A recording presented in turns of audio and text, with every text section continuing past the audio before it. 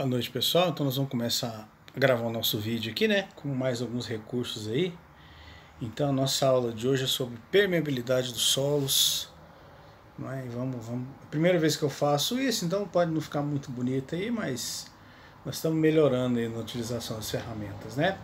Eu optei por fazer essa aula pelo seguinte, de permeabilidade, porque eu comecei a falar alguma coisa para vocês sobre águas, né? Sobre aquíferos e tudo. E assim, eu optei por colocar algumas coisas mais leves nas nossas aulas. Mas como acho que nós não vamos voltar tão cedo, nós vamos começar a engrossar um pouquinho o caldo. Então eu vou passar para vocês essa aula, vou passar para vocês o material de estudo, e nós não vamos ter exercícios nessa aula, mas na próxima aula nós vamos ter exercícios que vão valer uma notinha aí. Tá bom, pessoal? Então, falando sobre água, a permeabilidade do solo tem tudo a ver com águas. Então, por isso que nós vamos falar sobre permeabilidade. Esse slide está aqui só para não deixar vocês esquecerem quem manda na porra toda, né? Então vamos lá, permeabilidade dos solos. Então, pessoal, é o seguinte, a água, ela se movimenta no interior dos solos. Isso se chama percolação, certo? Então existe uma movimentação de água que é vinculada a uma série de leis. Lei de conservação de massa, lei de conservação de energia e também lei de fluxo. Lei de Darcy, que é a lei de fluxo. Então nós vamos ver isso, mais para o final dessa aula nós vamos ver isso. O fato é que a água ela se movimenta dentro do solo. Então, por que isso é importante? Porque a água ela pode ser considerada incompreensível sem nenhuma resistência ao cisalhamento. Então, sob a ação de determinadas pressões, uma coisa que causa pressão, por exemplo, é peso de solo, é volume de água, enxurrada, chuva, que está despejando ali uma quantidade de água grande no subsolo, isso gera pressões. Sob pressão, a água pode levar maciços de terra, de solo, ao colapso, não é? Então isso é muito comum. É comum em barragem, é comum em muro de arrimo, é comum em estrada. Então toda a parte de engenharia que trabalha com solos tem que estar atento à questão da movimentação da água no solo. Ela pode alterar a carga do solo, ela pode alterar o regime de coesão do solo, a existência da água, né?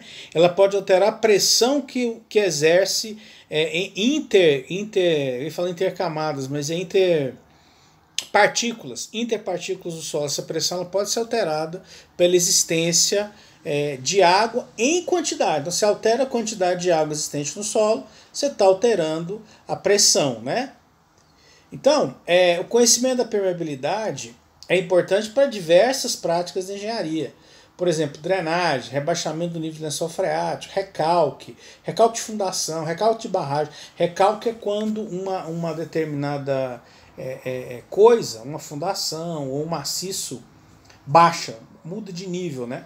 Recalque, por exemplo, em prédio, um recalque de fundação, que na maioria das vezes tem tudo a ver com o solo, pode levar a rachaduras nas paredes, certo? Então, quem trabalhou com isso assim, de forma bastante, vamos dizer assim, duradoura, importante, foi um engenheiro francês chamado, na verdade era Darcy o nome dele, que é francês, né? Então ele calculou, por uma lei que é usada até hoje, a velocidade de percolação, quer dizer, a velocidade com a qual o solo se movimentava, a água se movimentava no solo, né?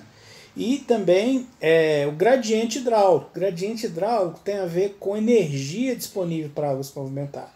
Quanto maior o gradiente hidráulico, mais energia, mais veloz e com mais volume a água se movimentaria. Então, no interior da Terra, a água ela está no interior da Terra, né? Essa foto é uma foto de uma caverna subterrânea. Então a água pode se acumular no interior de cavernas, de cavidades grandes, mas ela pode ficar também no meio das partículas. Então, e interessante é que as águas circulam, mesmo a água no meio da partícula, ela circula. O leigo pensa que existem só rios subterrâneos. Existem rios subterrâneos. Igual essa caverna que nós estamos vendo aí, a água se movimenta através de cavidades mesmo. Mas existe uma movimentação de água também entre as partículas de solo, no meio das partículas de solo. Então, as rochas, os solos, eles têm esses interstícios que a engenharia, né, ela chama de aquíferos.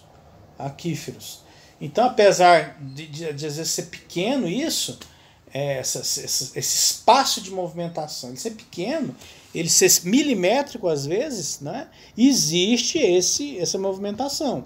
E essa movimentação ela se dá por canais interligados no interior do solo, canais interligados.